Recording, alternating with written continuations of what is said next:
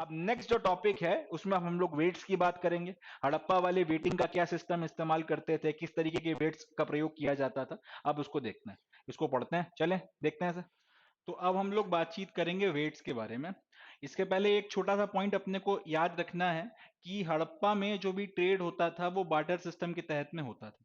Barter system का मतलब होता है कि भाई मैं आपको कोई एक पर्टिकुलर चीज दूंगा, उसके बदले में आप कोई मुझे एक पर्टिकुलर चीज दे दो। तो इस तरीके से जब चीजों का आदान प्रदान करके ट्रेड किया जाता है, इसको बोला जाता है बार्टर सिस्टम। अब बार्टर सिस्टम में ट्रेड करना है तो अगली चीज जो दिमाग में आएगी कि मैं अपना जो भी सामान आपको दे रहा हूं वो कितनी मात्रा में दूं, तो उसके एवज में फिर आप मुझे वो सामान दोगे जो आप मुझे देने वाले हो और कितनी मात्रा में देने वाले हो। एग्जाम्पल के लिए लेट से आपके और मेरे बीच में एक सौदा होता है कि भाई मैं आपको 2 किलो गेहूं दूंगा, तो आप फिर मुझे 1 किलो उसके बदले में चावल दोगे। तो हाँ, पहली चीज तो हमारे बीच में ये डिसाइड हो गया कि मैंने आपको गेहूं देने हैं, बदले में आपने मुझे चावल देने हैं, चीजों का हम आदान प्रदान करेंगे, ये होता है बार्टर ट्रेड। मगर उसमें अब मैं आपको कितना गेहूं दूंगा और कितना चावल दूंगा वो भी डिसाइड करना है। तो लेट से अपने बीच में डिसाइड हुआ कि भाई मैं आपको 2 किलो गेहूं दूंगा और उसके बदले में आप मुझे 1 किलो चावल दोगे। अब ये अपने को फिर कहीं पे मेजर करना पड़ेगा, उसका वजन करना पड़ेगा आपके सामने। मैं भी आपको वेट करके बताऊंगा कि साहब देखो ये 2 किलो गेहूं हो गया, और आप भी मुझे वेट करके बताओगे कि साहब देखो ये 1 किलो चावल हो गया, फिर अपन आपस में बदल लेंगे। इस तरीके से जो व्यापार किया जाता है वो बार्टर सिस्टम का व्यापार होता है, और उसमें फिर अपन जनरली चीजों को उनके वजन के हिसाब से या उनकी क्वांटिटी या वॉल्यूम के हिसाब से अपन ट्रेड करते हैं। तो हड़प्पा में भी जो व्यापार होता था, या हड़प्पा वाले भी जिसके साथ में जिस किसी के साथ में भी व्यापार करते थे, आपस में भी अगर व्यापार करते थे, वो बार्टर सिस्टम का इस्तेमाल किया करते थे। अब बार्टर सिस्टम में सबसे जरूरी चीज हो जाएगी चीजों का वजन करना। अपन ने आपस में डिसाइड कर लिया कि भाई ये चीज का मैं आपको दूंगा, आप ये बदले में मुझे दे दो। मगर कितना मैं आपको अपनी चीज दूंगा तो बदले में कितनी आप मुझे अपनी चीज दोगे, उसके लिए जरूरत पड़ती थी चीजों का वजन करने की या फिर उनको वे करने की। तो वेटिंग के लिए अब आपको एक पूरा वेटिंग के सिस्टम की जरूरत पड़ेगी, वजन के पूरे एक नाप तौल के पूरे एक सिस्टम की जरूरत पड़ेगी। उसी के बारे में अब अपने को बातचीत करनी है कि हड़प्पा वाले अपने बार्टर के लिए वेटिंग का सिस्टम किस तरह का इस्तेमाल किया करते थे।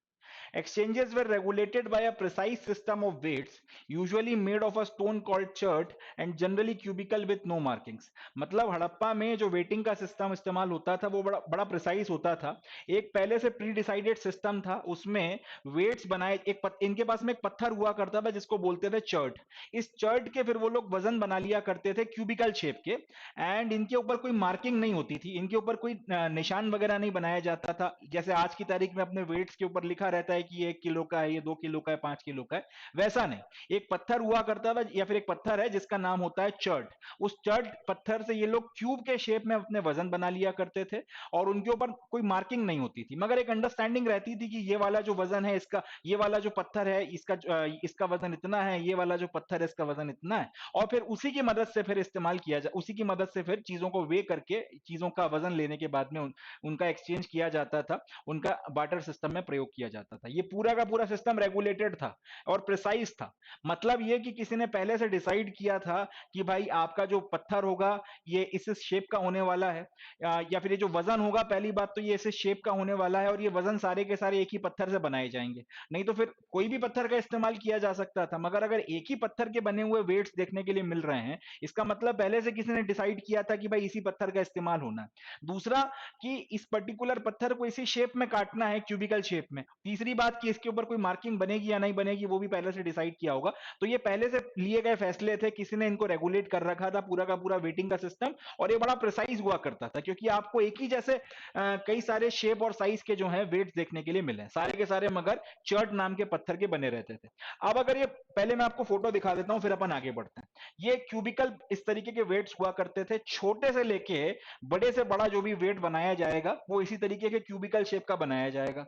और ये सफेद होते थे जनरली, या सफेद कलर के शेड के होते थे, क्योंकि वो पत्थर चर्ट जिससे ये बनाए जा रहे हैं वो मोर और लेस सफेद या फिर सफेद शेड का होता है।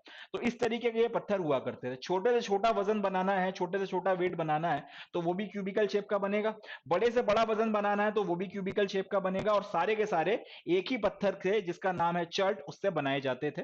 तो यहां से दो बातें समझ में आती हैं। पहला तो ये पूरा का पूरा सिस्टम रेगुलेटेड था, किसी के द्वारा डिसाइडेड था, और उसी का जो डिसीजन था उसके बेसिस पे पूरा सिस्टम काम कर रहा था।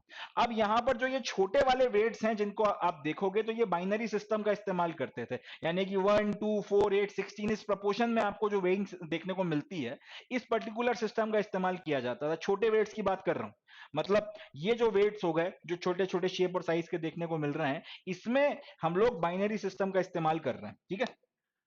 यानी कि इस पर्टिकुलर तरीके के जो नंबर्स हैं, एक ओल नंबर आपको देखने को मिल रहा है, या फिर एक पूरा का पूरा आप नेचुरल नंबर जो है आपको देखने को मिल रहा है, बाइनरी नंबर आपको देखने को मिल रहा है, इसका इस्तेमाल लोअर डिनोमिनेशन के या छोटे वजन के लिए किया जाता था। जब बहुत बड़े बड़े वेट्स आपको मेजर करने होते थे तो फिर वहां पर डेसिमल सिस्टम का भी का पालन किया जाता था। जैसे कि आपको पता चला कि भाई 10.5 या फिर 25.5, अब इस तरीके के जो डेसिमल रेट्स हैं वो आपको बहुत बड़े बड़े वेट्स में देखने के लिए मिलते हैं। बड़े साइज के जो पत्थर हुआ करते थे चर्ट के, जिनको क्यूबिकल शेप में काटा जाता था, वहां पर डेसिमल सिस्टम जरूर देखने को मिलता है। मगर छोटे जो साइज के वेट्स हैं, छोटे वेट्स में जनरली हमको सारे के सारे बाइनरी नंबर्स ही देखने को मिलते हैं। ये भी एक इंडिकेशन है कि जिस भी आदमी ने या जिन भी लोगों ने बैठकर ये पूरा का पूरा प्रिसाइज सिस्टम डिजाइन किया था जो इसको रेगुलेट करते थे, उनको अच्छा खासा अंदाजा था वेइंग का और पूरे के पूरे व्यापार का, कि भाई छोटे जो पत्थर हैं उनका इस्तेमाल जनरली जिस तरीके के व्यापार में होता है वहां पे वोल नंबर्स का इस्तेमाल होना है, और बड़े जो वजन है उनका इस्तेमाल जिस तरीके के व्यापार में एक्सचेंज करने के लिए किया जाएगा चीजों का, वहां पर आप डेसिमल सिस्टम जो है उसको फॉलो कर सकते हैं या उसका पालन करवाया जाता है, या प्रोमिनेंटली वहां पे डेसिमल सिस्टम के वेट्स बनाना अपने लिए ज्यादा बेहतर रहेगा। इन लोगों के पास में एक अच्छा खासा नॉलेज या अंडरस्टैंडिंग थी। अब देखिए यहाँ पर छोटे से छोटे आपको इस तरीके के क्यूबिकल शेप के वेट्स देखने को मिलते हैं, और बड़े के बड़े, बड़े से बड़े आपको इस तरीके के वेट्स देखने को मिलते हैं। जनरली इन छोटे वेट्स की बात की जाए तो इसमें डेसिमल बाइनरी सिस्टम, और ये बड़े वाले जो वेट्स हैं इसमें डेसिमल सिस्टम भी फॉलो हो रहा था। मगर इन सबका शेप देखिए, इन सबका स्ट्रक्चर देखिए, और इन सब में यूनिफॉर्मिटी देखिए कि बनाने वाले ने कितना यूनिफॉर्म तरीके से इनको बनाया है। ये अपने आप में और एक आश्चर्यचकित करने वाली बात है जो इनको इतना ज्यादा खास बनाती है। The smaller weights were probably used for weighing jewelry and beads. Meter scale pans have also been found. अब ये अपना आके जो आर्कियोलॉजिस्ट हैं जो ये पूरा स्टडी करते हैं, उनका ये अनुमान है कि जो छोटे छोटे वेट्स देखने को मिलते हैं, इतने छोटे साइज के भी जो वेट्स हमको देखने को मिले हैं, थोड़ा बड़ा करके दिखाता हूं ताकि आपको अच्छे से दिखे। ये जो इतने छोटे साइज के भी वेट्स अपने को देखने को मिले हैं, या फिर इतने छोटे छोटे ये वेट्स वगैरह में आप ऐसे आप किस चीज का वजन किया करते रहे होगे? अगर आपको आटा चाहिए तो इतने छोटे से वेट के बदले में तो वजन नहीं करोगे आप उसका, इतने से आटे से तो आपका काम चलेगा नहीं जिसका वजन इतना हो जितना इस पत्थर का है।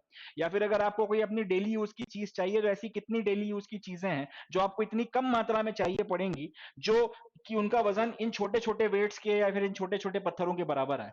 तो इसके बेसिस पर अपना अनुमान यह है आर्कियोलॉजिस्ट का आज की तारीख में मानना यह है कि जो ये छोटे छोटे वेट्स होते थे, इन छोटे वेट्स का इस्तेमाल किया जाता रहा होगा। जो एक्सपेंसिव चीजें हैं, ज्वेलरी हो गई, या उस जमाने में बीड्स खूब पहने जाते थे, अपन ने देखा है पास्ट लेक्चर में कि बीड्स बड़े लेवल पर मैन्युफैक्चर हो रहे हैं, तो बीड्स बड़ी मात्रा में इस्तेमाल हो रहे थे। ज्वेलरी हो गई, इनका वजन करने के लिए, इनकी वेइंग करने के लिए इस्तेमाल इनका किया जाता रहा होगा। इसका इसको इस पर्टिकुलर आप कह सकते हैं इस पर्टिकुलर असम्पशन को सपोर्ट करने के लिए अपने को एक एविडेंस भी मिलता है कि इस तरीके के जो छोटे छोटे वेट्स हैं जो जनरली सुनारों के यहाँ पे इस्तेमाल होते हैं, साथ ही साथ उसके अपने को इस तरीके के स्केल पैंस भी देखने के लिए मिले हैं।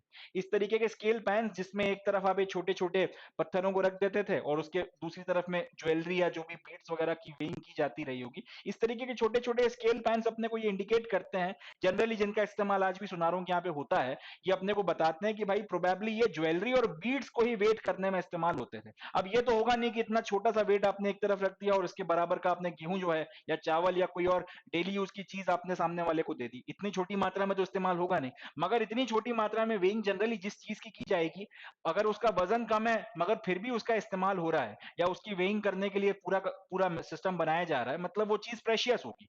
तो ये भी एक तरीका है जिस तरह से अपन लोग इस निष्कर्ष पे पहुंचे हैं कि यार प्रेशियस चीजों को वे करने के लिए छोटे छोटे स्टोन्स का इस्तेमाल होता था, और हो ना हो ये प्रेशियस चीजें ज्वेलरी होंगी या फिर उस जमाने में बीड्स क्योंकि प्रोमिनेंटली पहनी जाती थी तो बीड्स वगैरह होनी चाहिए। और अपने को क्योंकि इस तरीके के स्केल पैंस भी देखने को मिल गए इस तरीके की, ये वजन वगैरह करने के लिए इस तरीके के अपने को इंस्ट्रूमेंट्स मिल गए स्केल पैल्स के स्केल पैंस के, तो इसके बेसिस पे भी अपन लोग इस पर्टिकुलर निष्कर्ष पर निकल के आए हैं। और देखिए ये एक और स्केल पैन है जो अपने को मिला है वहां पे, साथ में छोटे छोटे इस तरीके के वेट्स वहां पे देखने के लिए मिले। तो इस तरीके से अपन ने वेट्स के बारे में भी बातचीत कर कर खत्म करी है। अब जो नेक्स्ट टॉपिक अपने को पढ़ना है, जिसका थोड़ा सा इशारा भी मैंने आपको दिया है वेट्स के टॉपिक में, वो है एंशियंट अथॉरिटी। मैंने आपसे बोला था कि किसी ने इसके बारे में सोचा था, इन वेट्स को डिजाइन और किस तरीके से बनाया जाएगा इसके बारे में निर्णय लिए थे। जनरली इस तरीके के निर्णय कौन लेता है? इस तरीके के निर्णय वही लोग लेते हैं जो इस तरीके की पूरी व्यवस्था को चला रहे होंगे, जिनका इस पूरी अथॉरिटी के ऊपर या पूरी की पूरी व्यवस्था के ऊपर एक कंट्रोल रहा होगा। तो यहां से अपना अगला सवाल उठता है कि हड़प्पा वालों की एंशियंट अथॉरिटी या गवर्नेंस किस तरीके की रही होगी? कौन वो लोग थे जो ये सारे कॉम्प्लिकेटेड फैसले लेते थे? कौन वो लोग थे जो ये सारी के सारे डिसीजन मेकिंग कर रहे थे? कौन ये डिसाइड कर रहा था कि वजन इस तरीके के होंगे और छोटे वजन आपके बाइनरी सिस्टम फॉलो करेंगे, बड़े वजन डेसिमल सिस्टम भी फॉलो कर सकते हैं? कौन ये डिसाइड कर रहा था कि आपकी जो ये सील्स हैं वो इसी तरह से बनाई जाएंगी कि एक जानवर का मोटिव बनेगा और ऊपर आप एक लाइन लिखोगे? आखिर ये सारे फैसले ले कौन रहा था? क्या हड़प्पा वालों के ऊपर कोई गवर्निंग अथॉरिटी थी, कोई राजा था, कोई ग्रुप ऑफ पीपल थे जो इनको रूल कर रहे थे? किस तरीके की अथॉरिटी थी जो ये सारे फैसले करवाती थी? और अथॉरिटी थी भी या नहीं थी, अपन उसके बारे में भी कैसे बातचीत कर सकते हैं? वो सारी चीजें अपन लोग इस टॉपिक के अंदर, जिसका नाम है एंशियंट एंशियंट अथॉरिटी, इसमें अब हम लोग डिस्कस करेंगे। चलें देखते हैं।